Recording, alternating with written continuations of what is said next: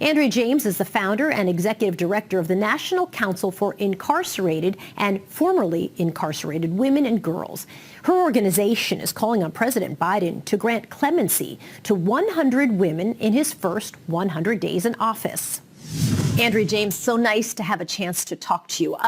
You were working in the criminal justice system for a long while before you yourself went to prison. Tell me a little bit about your backstory, the work you were doing, and then what eventually brought you into prison. I started out as a lawyer here in Roxbury, in Boston, in the courts here in Massachusetts, in defending people with criminal matters as a criminal defense attorney, and then slowly was brought into the real estate conveyance practice. And I represented banks.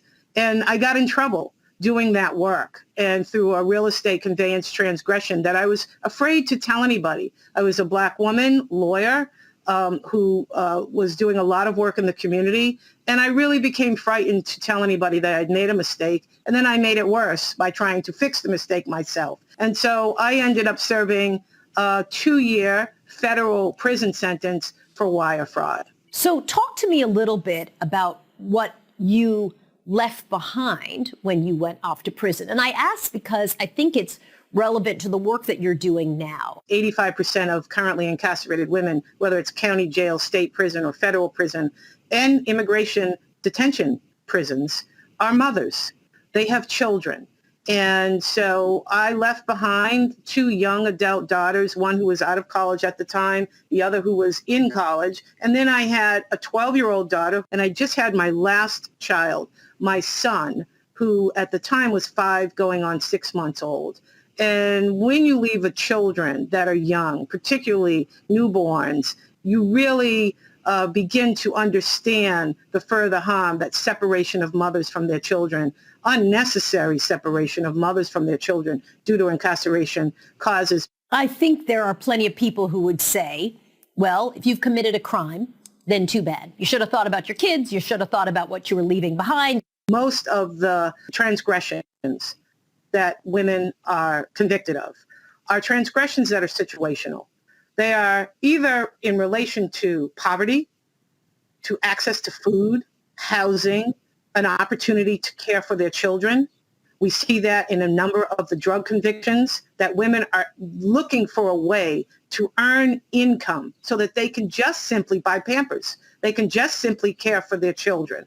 Many people, not just women, but many people who cause harm to other people, it's a situation that could have been avoided had we made more investment in treatment, in drug and alcohol treatment, in mental health, in finding ways to get to the root causes of people and the transgressions that they cause without using and putting prisons on the table. Final question for you. How likely is it, do you think, in fact, that President Biden in his first 100 days will do what you're asking him in terms of clemency for women?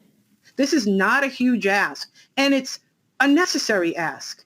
It's what we need in this country. He has been lifting up racial justice in this country. Well, there's been a significant racial injustice when it comes to the incarceration of predominantly Black and brown women in this country, in the federal system. And clemency for us is racial justice. Andrea James, so nice to talk to you. Thank you. I appreciate it. Thank you for caring about this issue.